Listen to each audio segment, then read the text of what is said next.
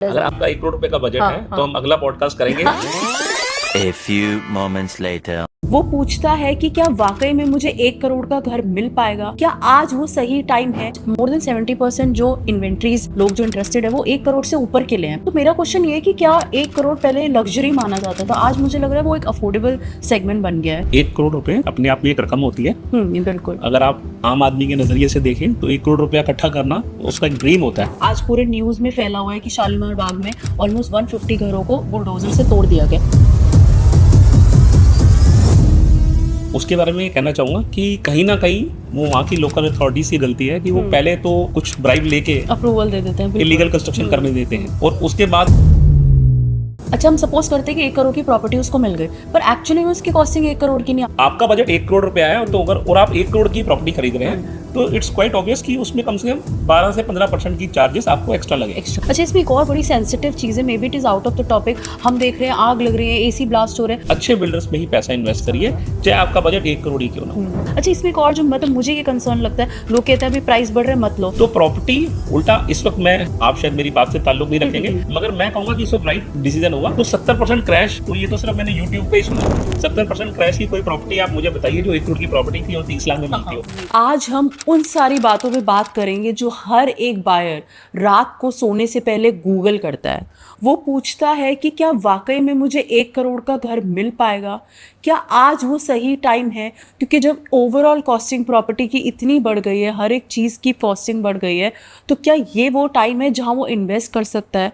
क्या आज 1 करोड़ रुपए अफोर्डेबल रहा ही नहीं, वो तो एक लग्जरी सेगमेंट बन गया है, या वाकई में वो अफोर्डेबल सेगमेंट है। ऐसे बहुत सारे सवाल हैं जो लोग पूछते हैं, लोग गूगल करते हैं, और हमारी पूरी ये कोशिश है कि आज हम उस शख्स को इनवाइट करें जो कि गुड़गांव की कहते हैं ना धूल मिट्टी से लेकर पूरे DLF कमेलियास तक के बनने का उनका सफ़र रहा है, जो कि ऑलमोस्ट 20 ईयर्स है। और अचंभे की तो बात ये है कि DLF कमेलियास ने 500+ एप्रिसिएशन करके दिखाया है, और उससे बड़ी बात है कि कुछ ऐसे पेंट हाउसेज है जिसने 1400 से ऊपर का एप्रिसिएशन हमें दिखाया है। तो आज हम वेलकम करते हैं कपिल माखीजानी को। Thank you ma'am. Hello friend. Sir हर बार हम आपको इनवाइट करते हैं और मोटो यही होता है कि हम बड़े ही ट्रांसपेरेंट तरीके से लोगों के थ्रू, मतलब हमारे थ्रू लोगों को राइट इन्फॉर्मेशन दे सके। अच्छा मेरी ओपनिंग ये थी कि आज हर बायर रात को यही गूगल कर रहा होता है कि मुझे 1 करोड़ का घर मिलेगा, अभी सही टाइम है नहीं है। तो इन सब चीज़ों में ये भी डेटा निकल के आया है कि आज मोर देन 70% जो इन्वेंट्रीज लोग जो इंटरेस्टेड है वो 1 करोड़ से ऊपर के लिए हैं। तो मेरा क्वेश्चन ये है कि क्या 1 करोड़ पहले लग्जरी माना जाता था, आज मुझे लग रहा है वो एक अफोर्डेबल सेगमेंट बन गया है। क्या ऐसा सच है ये? देखिए 1 करोड़ रुपए अपने आप में एक रकम होती है। बिल्कुल। अगर आप आम आदमी के नज़रिए से देखें तो 1 करोड़ रुपया इकट्ठा करना उसका एक ड्रीम होता है। जो भी हम ये लग्जरी प्रॉपर्टीज़ के बारे में सुनते हैं, कैमेलियास, डालियास, वो सब एक, अब हमारे आसपास में अगर हम किसी अपने रिलेशन में देखें तो कितने लोग हैं जो वो चीज़ें खरीदते हैं वाकई में। और अगर आप मेजॉरिटी देखेंगे मासेस में तो हमारे नोन में, हमारी फैमिली में मोर देन 70-80% लोग वही होंगे जो 1 करोड़ रुपए की ही प्रॉपर्टी खरीद सकते हैं। तो 1 करोड़ रुपए अपने आप में एक मासेस के लिए आज की तारीख में एक बेंचमार्क है। पिछले 5 सालों में या 6 सालों में आप बोल सकते हो जो बिल्डर भी है वो 1 करोड़ के ऊपर तो फोकस ही नहीं कर रहा, उसका फोकस हमेशा अल्ट्रा लग्जरी को ही लेकर होता है। मतलब ये बात सच है या नहीं, आप बताओ। देखिए अल्ट्रा लग्जरी में सबके लिए स्कोप होता है, क्योंकि अगर आप ब्रैकेट जाएंगे 5 करोड़ से ऊपर का, 4-5 करोड़, 6 करोड़, 7 करोड़ रुपए की प्रॉपर्टीज़ में जाएंगे तो उसमें हर आदमी को अपना डिसेंट शेयर मिलता है, बिल्डर को भी एक अच्छा प्रॉफिट मिलता है। जब आप 1 करोड़ रुपए में आते हैं तो 1 करोड़ रुपए में हर चीज़ बजट वाइज चलती है, तो उसमें बिल्डर भी मिनिमम प्रॉफिट रख के बेचता है। तो इसीलिए ऐसा मुझे तो नहीं लगता, मुझे लगता है कॉम्प्रोमाइज़ करता होगा क्वालिटी में, क्योंकि बिल्डर कम मार्जिन ले, ये तो मतलब आई डोंट नो पॉसिबल है या नहीं। देखिए मैं इस बात से इत्तेफाक नहीं रखता, क्योंकि अगर आप प्रीमियम बिल्डर्स देखें, अगेन मैं कहूँगा जैसे जो भी टॉप शॉट बिल्डर्स हैं, चाहे गोदरेज का नोएडा, ग्रेटर नोएडा में काफ़ी प्रोजेक्ट्स हैं, DLF न्यू गुड़गांव वगैरह में काफ़ी प्रोजेक्ट लाया था, आज लिस्टेड प्लेयर सिग्नेचर वगैरह भी सोना रोड पे प्रोजेक्ट्स ला रहे हैं। तो ऐसा नहीं है, जब एक बिल्डर की खुद की रेपुटेशन जुड़ जाती है किसी प्रोजेक्ट में तो वो मैं मानता हूँ कि उसमें कुछ लग्जरी एमिनिटीज की कुछ कमी होगी, बट जो एक बेसिक इंफ्रास्ट्रक्चर है उसमें कोई कॉम्प्रोमाइज नहीं कर सकता। अच्छा। क्योंकि उस प्रोजेक्ट में उस बिल्डर की गुडविल जुड़ी होती है।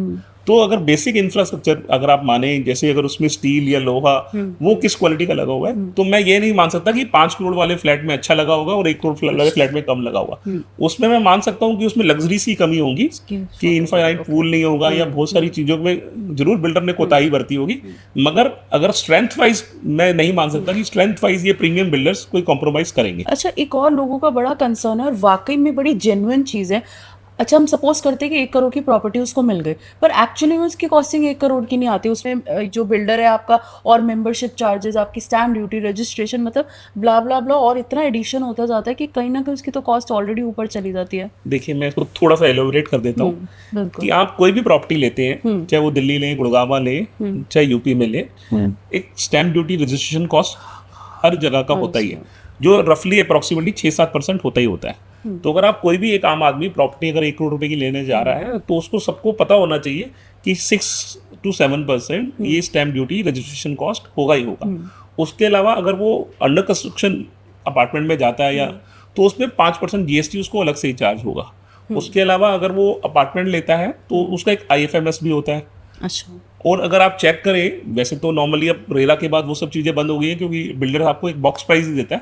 अदरवाइज पहले क्लब चार्जेस भी होते थे, पार्किंग चार्जेस भी होते थे, और एक टर्म होती है PLC, प्रेफर्ड लोकेशन चार्जेस। मगर अब रेरा के बाद मोस्टली बिल्डर्स तो बॉक्स प्राइस ही बताते हैं, जिसमें एक IFMS जरूर अलग से होता है, बाकी सारे चार्जेस इंक्लूड होते हैं। अच्छा, तो box price means everything is included. Everything is included, जिसमें आप कह सकते हैं पार्किंग कह सकते हैं, PLC कह सकते हैं, और क्लब चार्जेस कह सकते हैं, वो सब इंक्लूड ही होते हैं। सिर्फ IFMS अलग होता है। तो अगर आपका बजट 1 करोड़ रुपया है, तो अगर और आप 1 करोड़ की प्रॉपर्टी खरीद रहे हैं, तो इट्स क्वाइट ऑब्वियस कि उसमें कम से कम 12 से 15% की चार्जेस आपको एक्स्ट्रा लगेगा। एक्स्ट्रा से।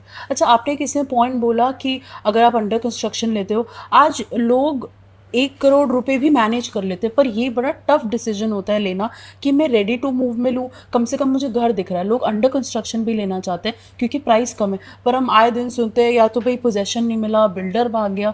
तो एक बहुत ही बड़ा स्केप्टिकल डिसीजन है किसी भी बायर के लिए। आपको इतने साल हो गए, मेरी ओपनिंग भी यही थी, आपको 20 साल हो गए, आपने मार्केट समझी, आपको पता है। तो आपकी ओपिनियन क्या कहती है कि इतना अगर आपका पैसा है तो what is the right platform to invest? देखिए, 1 करोड़ रुपया जो आदमी घर लेता है, वो उसकी बड़ी हार्ड एंड मनी होती है। मैं ऐसा नहीं कहूँगा जो लग्जरी प्रॉपर्टी लेता है 5 करोड़ की, उसकी हार्ड एंड मनी नहीं होती, उसकी भी होती है।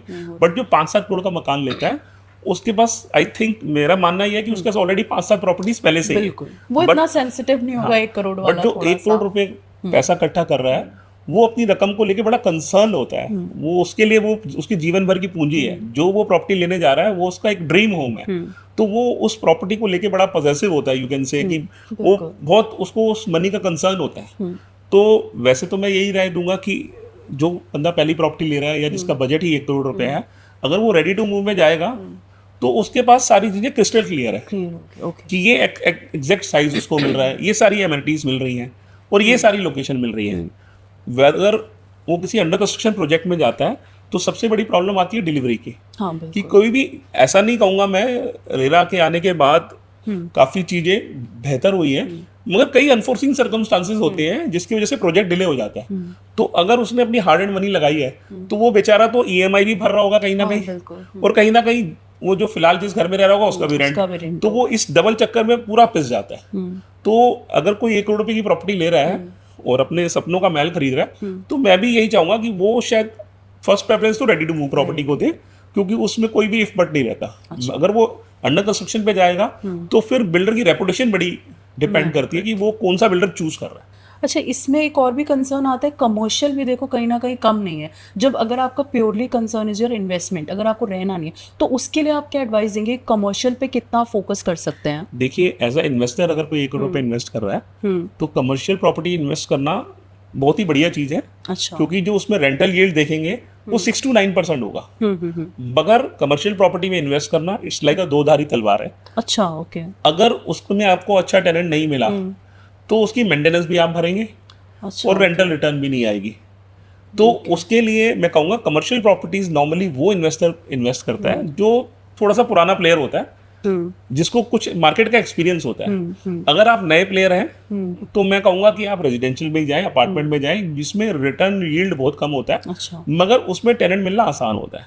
कमर्शियल प्रॉपर्टी में डिपेंड करता है लोकेशन सबसे लोकेशन पर। अगर आपकी रेजिडेंशियल प्रॉपर्टी थोड़ी सी अंदर भी है तो वो सब चलेगा, मगर कमर्शियल प्रॉपर्टी में तो सबसे पहले लोकेशन मैटर करती है। अगर आपने गलती से कोई ऐसी लोकेशन चूज कर ली अच्छे रेंटल के चक्कर में शुरू में, तो पता चलेगा वो आपकी प्रॉपर्टी लिक्विडेट ही नहीं होगी, वो जिंदगी में कभी बिकेगी नहीं, ना उसमें एप्रिसिएशन आएगी। तो कई बार ये जो कमर्शियल प्रॉपर्टी है अच्छे यील्ड का, रेंटल यील्ड का आपको बेनिफिट तो देती है, मगर उस रेंटल का कोई भरोसा नहीं है कि वो कितना टाइम तक आएगा। अच्छा, हम प्लॉट को कैसे बोल सकते हैं? लोग कहते हैं कि देखो लैंड की तो वैल्यू ही अलग है, उसके बारे में आप थोड़ा बताएं। देखिए, प्लॉट तो बहुत ही बढ़िया चीज़ है, अच्छा प्लॉट, लेकिन हम अक्सर सुनने में आते हैं कि हमारे दोस्त ने वहाँ पे प्लॉट लिया, 20,000 रुपये का लिया था, आज 1 लाख रुपये हो गया, 5 साल में ही 5 गुना हो गया। तो एक फोमो क्रिएट हो जाता है, फियर ऑफ मिसिंग आउट। तो कई लोग ऐसी गलती कर देते हैं प्लॉट में। प्लॉट नो डाउट सबसे अच्छी रिटर्न देता है, मगर दो चीज़ें जो प्लॉट के साथ है कि प्लॉट ज़मीन ही है, आप उसको अभी बनाएंगे तो और पैसा चाहिए, तो वो आपको कोई रिटर्न नहीं देगा अगर आप उसको रेंट पे। प्लॉट आप तभी लें जब आपका हॉरिजॉन, आपके पास वेटिंग पीरियड हो 5 से 7 साल का, अगर आपका इन्वेस्टमेंट का नज़रिया हो तो प्लॉट सबसे अच्छी ऑप्शन है। मगर प्लॉट में भी मैं आपको कहूँगा कि प्लॉट में भी लोकेशन बड़ा मैटर करता है। कहीं गलती से आप कोई लुभावने ब्रोशर्स वगैरह देख के कहीं ऐसा बिल्डर आपने चूज कर लिया, तो कई बार प्लॉट ऐसा भी होता है कि आप ट्रैप हो जाते हैं और आप रेट टू रेट 5 साल बाद भी निकल नहीं पाते, एग्जिट नहीं ले पाते। तो प्लॉट के लिए भी आपको थोड़ा सा एक्स्ट्रा कॉशियस होना पड़ेगा, एक्स्ट्रा वाइज होना पड़ेगा, एक्स्ट्रा होमवर्क करना पड़ेगा, तभी आप प्लॉट के लिए एक अच्छी लोकेशन चूज कर सकते हैं। अच्छा, जैसे कि हमारा ये पूरा सेगमेंट ही 1 करोड़ को हाईलाइट कर रहा है, तो किसी का अगर 1 करोड़ का बजट है तो आप या तो एरियाज बताएं और इस ऑप्शन में बताएं कि क्या प्लॉट फिट होता है या कमर्शियल फिट होता है या रेजिडेंट अपार्टमेंट बेसिकली फिट होता है, क्या वो लोकेशंस होंगे? देखिए, 1 करोड़ में ऐसा नहीं है कि कुछ नहीं मिलता, मगर डिपेंड करता है आपके फैमिली साइज पे, फैमिली नीड पे। अगर आप बात करें गोल्फपुर एक्सटेंशन रोड पे, तो लगभग आप प्राइस मान के चलिए 25,000 रुपये स्क्वायर फीट है। अच्छा, तो आपको सिर्फ 400 स्क्वायर फीट का एक छोटा सा अपार्टमेंट मिलता है। तो अगर वो आपकी फैमिली नीड को पूरा करता है, जैसे अगर आप गोल्फपुर एक्सटेंशन रोड गुड़गांव की बात करें, तो वहाँ पे बहुत ही बढ़िया इंफ्रास्ट्रक्चर है, school, college, hospital, commercial, mall सब है, तो आपकी फैमिली वो सब एंजॉय कर सकती है। बट उसमें आपको एरिया कॉम्प्रोमाइज करना पड़ेगा। वेयरएज़ अगर आप द्वारका एक्सप्रेस में जाएं तो 1 करोड़ रुपए में आप 600-700 स्क्वायर फीट का अपार्टमेंट अफोर्ड कर सकते हैं, क्योंकि वहाँ लगभग जो प्राइसेस हैं वो 17-18 हज़ार स्क्वायर फीट है। तो वहाँ पे कनेक्टिविटी अगेन बहुत बढ़िया हो गई है, द्वारका एक्सप्रेस वे पूरी तरह से ऑपरेशनल हो गया, तो आप एक अच्छी लाइफस्टाइल 600-700 स्क्वायर फीट अगर आप के लिए ओके है तो आप एंजॉय कर सकते हैं। उसी के बाद आज जो कहेंगे एक आम आदमी का, या कई लोग कह रहे हैं गरीबों का, गोल्फपुर एक्सटेंशन रोड, सोना रोड पे जाएंगे अगर आप, तो सोना में आज 1 करोड़ रुपए के ब्रैकेट में आप 3 बेडरूम अपार्टमेंट भी ले सकते हैं जो 1100-1200 स्क्वायर फीट का आएगा। तो उसमें एक अच्छी फैमिली बढ़िया तरीके से रह सकती है, जिसमें सारी अल्ट्रा मॉडर्न फैसिलिटीज भी एंजॉय कर सकते हैं। ये तो रही गुड़गांव की बात। तो वैसे ही अगर आप बात करें connectivity all over Delhi NCR ही बहुत बढ़िया हो रही है इस वक्त। तो अगर आप फरीदाबाद देखें तो आपको 1 करोड़ रुपए में बड़ी अच्छी चीज मिल सकती है। अगेन नोएडा एक्सटेंशन तो मैं नहीं कहूँगा, क्योंकि नोएडा एक्सटेंशन में पहले ही ओवर सप्लाई हुआ है। तो नोएडा एक्सटेंशन में इस बजट में चीज़ मिल तो जाती है, मगर वहाँ पे पहले ही बहुत सप्लाई है, तो एप्रिसिएशन के चांसेस थोड़े से कम हैं। अगर आप देखिए जेवर के आसपास ये जो यमुना अथॉरिटी के जितने भी सेक्टर्स कटे हैं, अगर आपका होल्डिंग पीरियड 5 साल से ऊपर का है तो वहाँ आज भी स्कोप है अच्छी एप्रिसिएशन का। उसके बाद मैं अगर नॉर्थ की तरफ जाऊँगा, तो अगर आप सोनीपत की बात करें तो सोनीपत आज बड़ा अच्छा इंडस्ट्रियल बेल्ट बन गया है। तो सोनीपत कुंडली में भी अगर आप देखेंगे तो 1 करोड़ रुपए में बड़ी अच्छी चीजें मिल जाती है। तो ऐसा नहीं है, थोड़ा सा रिसर्च और होमवर्क करने की जरूरत है। दिल्ली एनसीआर में आज भी 1 करोड़ रुपए में ठीक ठाक बिल्डर की अच्छी चीजें मिल जाती है। देखो, जो आपने एडवाइस करी वो आई एम श्योर 100% सही है, बट मैं अपना एक पर्सनल एक्सपीरियंस भी शेयर करना चाहती हूँ। हमारा भी लगभग यही बजट था, मतलब I also went to Gurgaon with my family. मैंने बहुत सारी प्रॉपर्टीज़ देखी, पर मुझे जो प्रॉब्लम लगी ना, मुझे वर्थ नहीं लगी चीज़ें। मे बी आप बोल सकते हो इंफ्रास्ट्रक्चर, बाहर की रोड मैपिंग अच्छी नहीं है।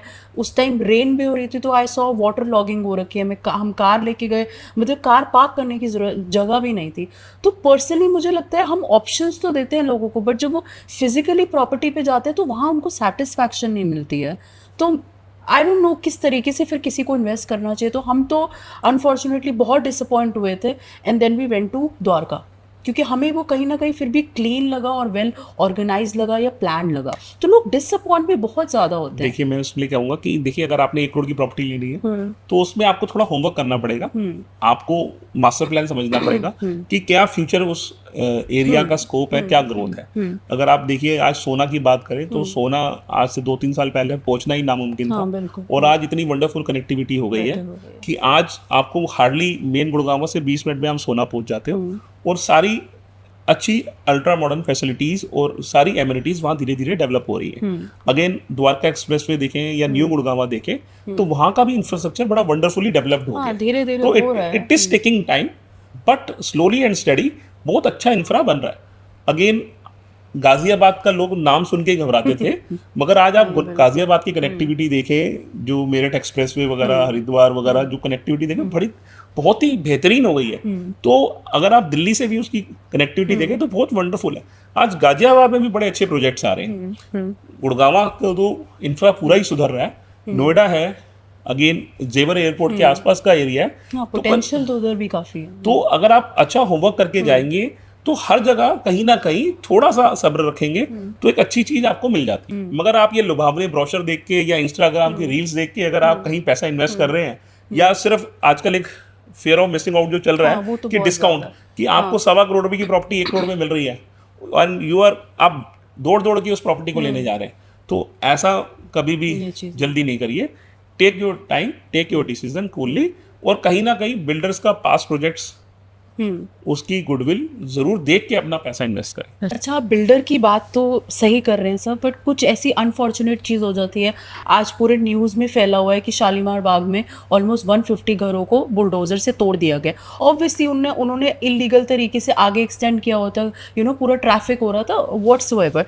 तो इस चीज़ का तो आप सोच ही नहीं सकते कि आगे कितने एरिया में आपने घर डेवलप किया हुआ है और गवर्नमेंट आके उसको कुछ भी कभी भी कुछ कर सकते हैं। मतलब बड़ा ही सेफ्टी का पॉइंट है ये। तो उसके बारे में आप क्या कहना चाहेंगे? देखिए उसके बारे में कहना चाहूँगा कि कहीं ना कहीं वो वहाँ की लोकल अथॉरिटीज की गलती है कि वो पहले तो कुछ ब्राइब लेके अप्रूवल दे देते हैं, इलीगल कंस्ट्रक्शन करने देते हैं, और उसके बाद जब वो इलीगल कंस्ट्रक्शन की अति हो जाती है, कोई कंप्लेंट चली जाती है, कोई अनफोर्सीन घटना हो जाती है, तो फिर वो एक्शन लेते हैं, तो कहीं ना कहीं उसका नुकसान सबको उठाना पड़ता है। मगर अगर हम बात करें जैसे जिन बिल्डर्स के साथ हम लोग काम करते हैं, वहाँ पे वो आपको इलीगल बिल्डर की परमिशन ही नहीं देते। अगर हम रेप्यूटेड बिल्डर का फ्लैट लेते हैं तो उसमें हम 1 इंच भी एक्स्ट्रा कंस्ट्रक्शन नहीं कर सकते। कुछ नहीं होता। प्लॉट लेते हैं तो प्लॉट भी अगर हम एक अच्छी सोसाइटी में लेते हैं तो वहाँ पे भी आपको बिल्डर अप्रूवल ही नहीं देगा इलीगल कंस्ट्रक्शन करने का। और अगेन वही कमर्शियल में भी, तो कहीं ना कहीं एक बहुत बड़ा डिफरेंस है। आप जो लोकल मार्केट की बात कर रहे हैं तो वहाँ कहीं ना कहीं ये डर रहता ही है। नहीं, और ये मिसहैप भी मैं समझ रही हूँ इसलिए हुआ है क्योंकि जैसे आप बोलते हो ना, लोग एल्योर हो जाते हैं, सस्ती प्रॉपर्टी है ले लो, पीछे का बैकग्राउंड आगे की चीज़ें बोलते हैं ना, फ्यूचरिस्टिक विजन देख ही नहीं सकते। भाई प्रॉपर्टी लीगल है इलीगल है, क्या सीन है, आगे क्या केस बन सकता है क्या नहीं बन सकता। तो तभी मैंने तो आपको ये कहा बड़ा अगर आप pinpoint रेप्यूटेड है। बिल्डर से लेंगे तो उसने अपना ड्यू कोर्स सब कुछ किया हुआ है लैंड खरीदते वक्त, तो आपको टाइटल की कोई चिंता नहीं करनी है। आपने तो बस अपनी ईएमआई की चिंता करनी है। आपको टाइटल ऑब्वियसली अगर आपने एक अच्छे बिल्डर से बिल्डर से ले रहे हैं अपनी हार्ड एंड मनी का अपार्टमेंट, तो वो आपको सारे ड्यू डिलीजेंस करके ही देगा। अच्छा, इसमें एक और बड़ी सेंसिटिव चीज़ है, may be it is out of the topic. हम देख रहे हैं आग लग रही है, एसी ब्लास्ट हो रहे हैं, तो आप जब सस्ता घर ऐसी कंजेस्टेड एरिया में भी लेते हो तो ये भी बड़ा लाइफ टेकिंग है। Ventilation is the real cause ना, कि ऐसी चीज़ों के लिए तो वेंटिलेशन चाहिए, आग मेनली तभी लग रही है ना। तो आई थिंक जब आप ऐसी प्रीमियम प्रॉपर्टीज पे जाते हो तो वहाँ तो इस तरीके का कोई हम केस नहीं सुनते हैं। वही बात उसी मुद्दे पे हम आ रहे हैं कि अगर आप इन बिल्डर्स से लेते हैं कोई भी चीज, तो इनकी भी एक अपनी गुडविल, इनकी भी अपनी ब्रांड वैल्यू जुड़ी हुई है। तो ये सब चीजों का ये that is well taken care of, कि भले ही आपको साइज छोटा मिल रहा है, भले ही आपको क्या कहते हैं प्राइस ज्यादा पड़ रहा है, मगर कहीं वहां पे सेफ्टी का कॉम्प्रोमाइज कुछ नहीं है। तभी मैं दोबारा दोहराऊंगा कि आप अच्छे बिल्डर्स में ही पैसा इन्वेस्ट करिए, चाहे आपका बजट 1 करोड़ ही क्यों ना हो, क्योंकि 1 करोड़ रुपए के बजट में भी आपको मेहनत करनी पड़ेगी मगर एक अच्छी चीज मिल जाएगी। अच्छा, इसमें एक आपने ईएमआई की बात करी थी, बहुत लोग शर्माते हैं पर ये हकीकत है, जब आप प्रॉपर्टी लेते हो तो 80% प्रॉपर्टी आप ईएमआई पे ही उठाते हो।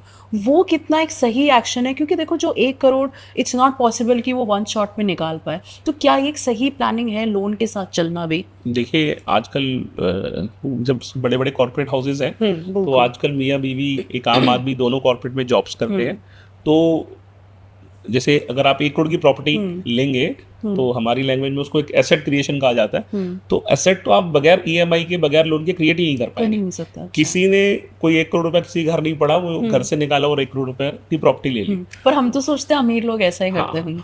नॉर्मली तो एक आम आदमी 2-4-5 साल में 20-25 लाख रुपए अपनी हार्ड एंड मनी के इकट्ठे करता है और बाकी कहीं ना कहीं वो बैंक लोन लेता है, ईएमआई भरता है और एक अपना एसेट को क्रिएट करता है। तो देखिए उसका तो एक सिंपल सा रूल है कि जो भी आपकी बचत है, जो भी आपकी इनकम है, आपकी जो ईएमआई होती है वो मैक्सिमम 40% होनी चाहिए। ओके।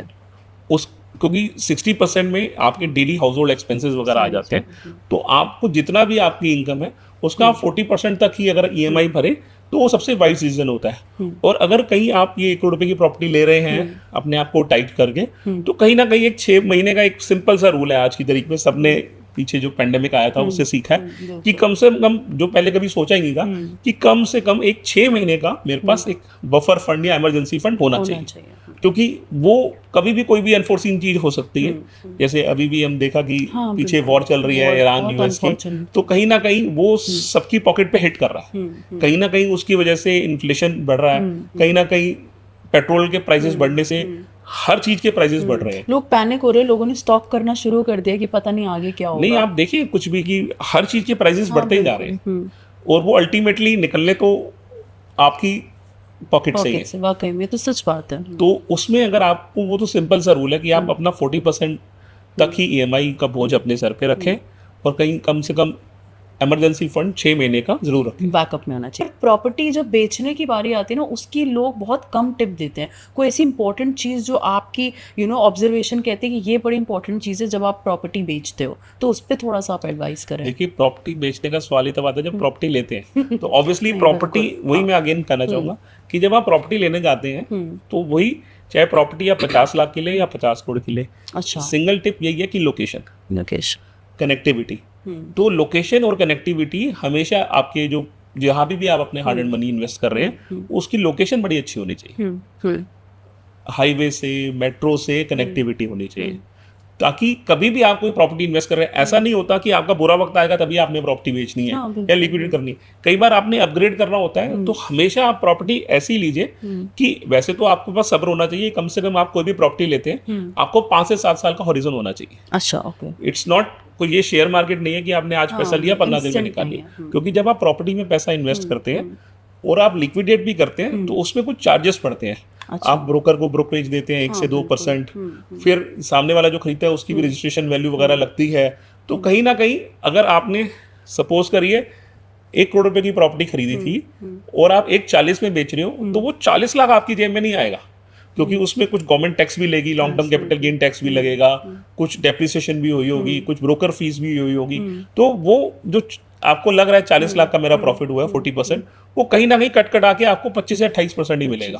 तो इसलिए जब भी आप प्रॉपर्टी ले तो मैं तो सलाह दूंगा कि आपका हॉरिजन 5 से 7 साल का होना चाहिए कम से कम। अच्छा, अगर हम ये लिक्विडेट की बात करें तो आपकी क्या सजेशन है? कमर्शियल, अपार्टमेंट, प्लॉट, कौन सा सबसे जल्दी बिकता है? मतलब जल्दी तो, मतलब फिर भी एक, देखिए मैं वही कर रहा हूँ कि ये सब है कि जो आप पैसा इन्वेस्ट कर रहे हैं, what kind of investor you are. Okay. देखिए अगर आप प्योरली इन्वेस्टर हैं और 5 से 7 साल का आपका सब्र है और आपको कोई रेगुलर इनकम की भी उससे उम्मीद नहीं है, आप वो लेके भूलना चाहते हैं, तो उस मामले में प्लॉट सबसे बेस्ट लोकेशन, बेस्ट माना जाता है, मतलब बेस्ट ऑप्शन आप कह रहे हैं। सबसे बेस्ट ऑप्शन है। उसके बाद अगर आप कमर्शियल लेते हैं, अगर आप स्मार्ट इन्वेस्टर हैं, ईएमआई पे पैसा लेके आगे रेंट पे कमर्शियल चढ़ा के फिर एक और एसेट क्रिएट करना चाहते हैं, वो स्मार्ट इन्वेस्टर्स के लिए होता है। That is for matured clients. तो जो इसको ऑलरेडी एक्सपीरियंस कर चुके हैं, वो थोड़ा सा उसके लिए आपको एक्सपीरियंस होना पड़ेगा।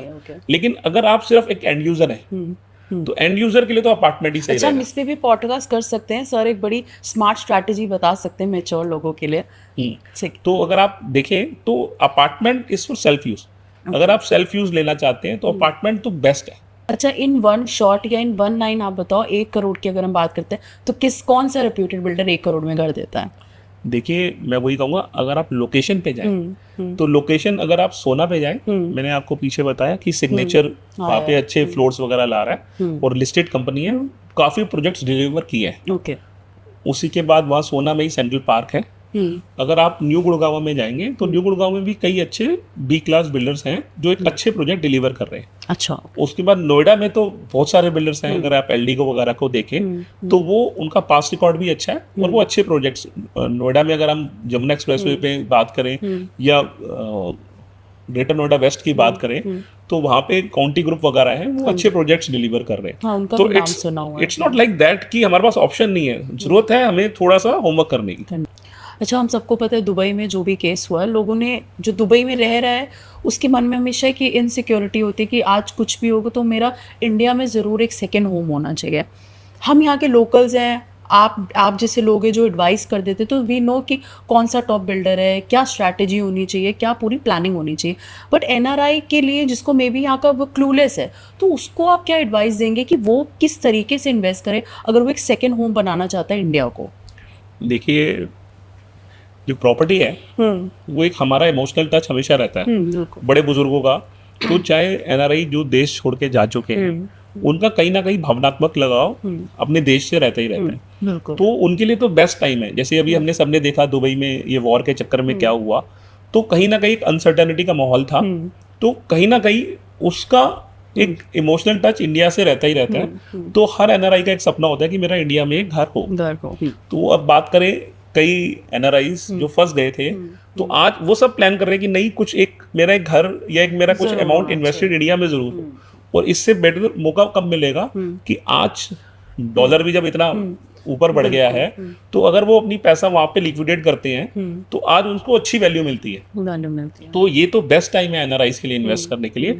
लेकिन मैं उनको राय यही दूंगा कि वो सिर्फ और सिर्फ एक रेप्यूटेड बिल्डर में अगर वो इन्वेस्ट करेंगे तो उनको जो भी ड्यू डिलिजेंस है वो नहीं करनी पड़ेगी। उनके पास तो टाइम भी नहीं है ना, देखा जाए एक्चुअली वो 7 समुंदर पार बैठे हैं, तो ना उनके पास समय है बिल्डर का चेक करने के लिए बैकग्राउंड, ना लोकेशन। वो सब कुछ जो भी इंफॉर्मेशन गैदर कर रहे हैं कहीं ना कहीं गूगल कर रहे हैं। हाँ, बिल्कुल। तो उनके लिए तो एक थंब रूल यही है कि वो एक अच्छा बिल्डर जिसकी रेपुटेशन अच्छी हो, जिसकी पास प्रोजेक्ट में डिलीवरीज अच्छी हो, उसमें इन्वेस्ट करें। और कहीं ना कहीं उस मामले में वो सेफ फील करते हैं कि अपार्टमेंट में, क्योंकि जमीन उनको नहीं पता वो कहाँ पे पैसा इन्वेस्ट कर रहे हैं। वो कहीं गलत लोकेशन ना चूज कर लें जहाँ उनका पैसा लिक्विडेट ही ना हो पाए। अगर वो एक अच्छा अपार्टमेंट लेते हैं तो उनको एक अच्छा टेनेंट भी मिल जाता है, भले ही उसमें उनको रिटर्न कम मिलता है, रेंटल यील्ड कम मिलता है, मगर अगर आप अच्छा बिल्डर लेंगे तो उसमें आपको लिक्विडेट करने में बड़ी आसानी है कि कभी भी अगर आप लिक्विडेट करेंगे तो वो ईजिली हो जाएगा।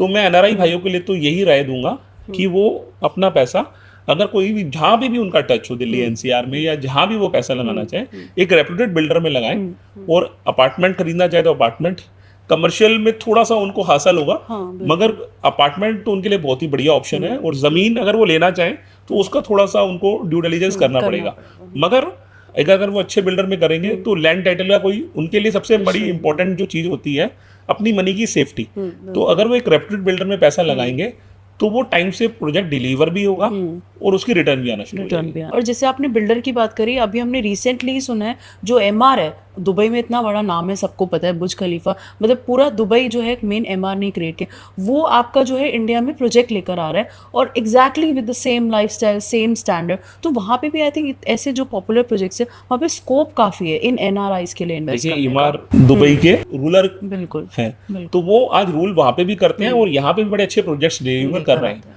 तो उनको यहाँ पे पैसा इन्वेस्ट करना, दुबई के लोगों को एमआर इंडिया में इन्वेस्ट करना, सबको पता है कि इट्स अ सेफ इन्वेस्टमेंट। और उनका जो एक लाइफस्टाइल जो वो शुरू से लेते आए हैं, ऑब्वियसली दे एक्सपेक्ट कि मैं जब इंडिया जाऊँ तो मुझे वही नीश मिले।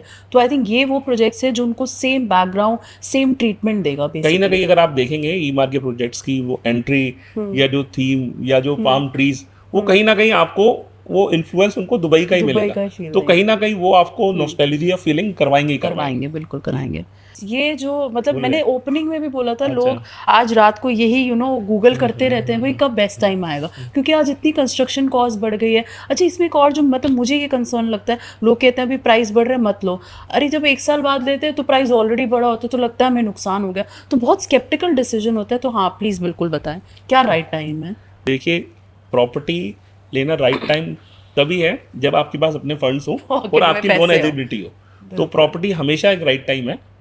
आप मैं प्रॉपर्टी से हट के गोल्ड की बात कर लेता हूँ। आप गोल्ड देखिए, बिल्कुल। जब हम पैदा हुए थे तब क्या था और आज क्या है। या तो गोल्ड बढ़ता है या थोड़ी देर रुक जाता है। तो सेम रूल प्रॉपर्टी में भी होता है, या तो प्रॉपर्टी बढ़ती है या प्रॉपर्टी जब ओवर सप्लाई हो जाता है या बहुत ज़्यादा बढ़ जाती है तो 2-3 साल के लिए थम जाती है। नेगेटिव रिटर्न कभी भी प्रॉपर्टी नहीं देती। तो प्रॉपर्टी का अगर आप देखेंगे तो ऑब्वियसली कि इस वक्त जो माहौल चल रहा है, इस वक्त थोड़ा सा देश में भी जो माहौल चल रहा है, जिस तरह से इन्फ्लेशन बढ़ रही है, इस वक्त कहीं ना कहीं प्रॉपर्टी थोड़ा सा हाफ रही है। क्योंकि पेंडेमिक के टाइम से देखें, ये 5-6 साल प्रॉपर्टी अंधाधुंध दौड़ी है। तो कहीं ना कहीं ये पीक पे आ गई है। तो अब 1-2 साल लगेगा इसको थमने में। मगर ऐसा नहीं है कि it's not the right time या कोई क्रैश आ रहा है, 70% क्रैश आ रहा है।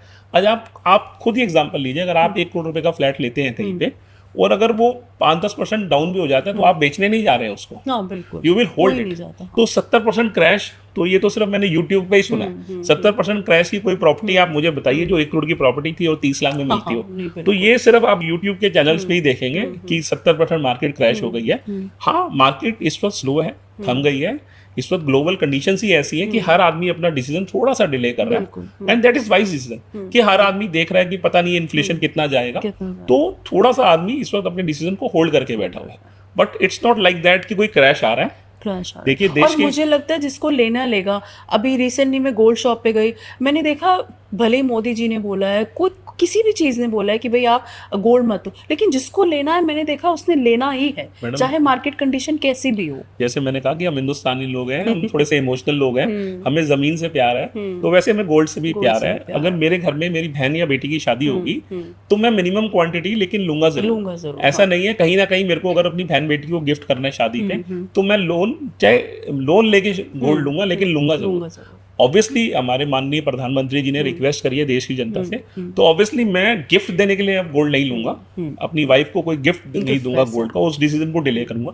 मगर अगर मेरे घर में बहन बेटी की शादी होगी, हाँ, तो नेसेसिटी हो गई ना जो है। तो वैसे ही अगर प्रॉपर्टी की बात करें तो प्रॉपर्टी उल्टा इस वक्त मैं, आप शायद मेरी बात से ताल्लुक नहीं रखेंगे, मगर मैं कहूंगा कि इस वक्त राइट डिसीजन होगा, क्योंकि अगर मार्केट में थोड़े से बायर कम हो रहे हैं तो बिल्डर्स भी डिफेंसिव है, वो अच्छे ऑफर्स ला रहे हैं इस वक्त। हाँ, स्कोप बढ़ रहा है, तो आपके लिए स्कोप बढ़ रहा है नेगोशिएशन का। आप इस वक्त थोड़ी सी कमांडिंग पोजीशन पे हैं, अगर आपके पास पैसा है आप बिल्डर से नेगोशिएट कर सकते हैं और एक अच्छी डील ग्रैब कर सकते हैं। तो आज आप रात को गूगल मत करना, ये पॉडकास्ट देखो और आई थिंक आपको सारी की सारी इन्फॉर्मेशन यही क्लियर हो जाएगी, क्योंकि कपिल जी ने ऑलमोस्ट सारी वो बातें बताई हैं जो जेन्युइन है, जो सच्चाई है। इसमें एक भी कोई बात अपने फॉल्स नहीं करी, क्योंकि इस पूरे पॉडकास्ट का मौका भी यही था कि हम सर बिल्कुल जो एक्चुअल बात है वही अपने बायर्स को या इन्वेस्टर को पोर्ट्रे करें। सो थैंक यू सो मच कि आप आए। Thank you everyone. और आई होप कि हमने अपनी ऑडियंस को कहीं ना कहीं बेनिफिट दिया होगा अपनी इन्फॉर्मेशन के थ्रू। हम हमेशा कोशिश करते हैं कि अपने विचार आपके सामने रखें जिससे कुछ आप लोग फायदा उठा सकें। अगर आपकी कोई भी क्वेरी हो तो हाँ, तो प्लीज़ आप कमेंट करें, लाइक करें, शेयर करें, क्योंकि देखो जब तक आप नहीं करोगे हमें वाकई में नहीं पता कि आपको क्या देखना है, किस लोकेशन पे देखना है, किस चीज़ के ऊपर देखना है। हमारे पास तो एक्सपर्ट्स हैं और ये इतने एक्सपर्ट हैं कि आपको हम क्या बताएं। आप बस क्वेश्चन तो हमसे पूछें, आप बताएं तो he is ready to give each and every answer. Thank you. So thank you so much.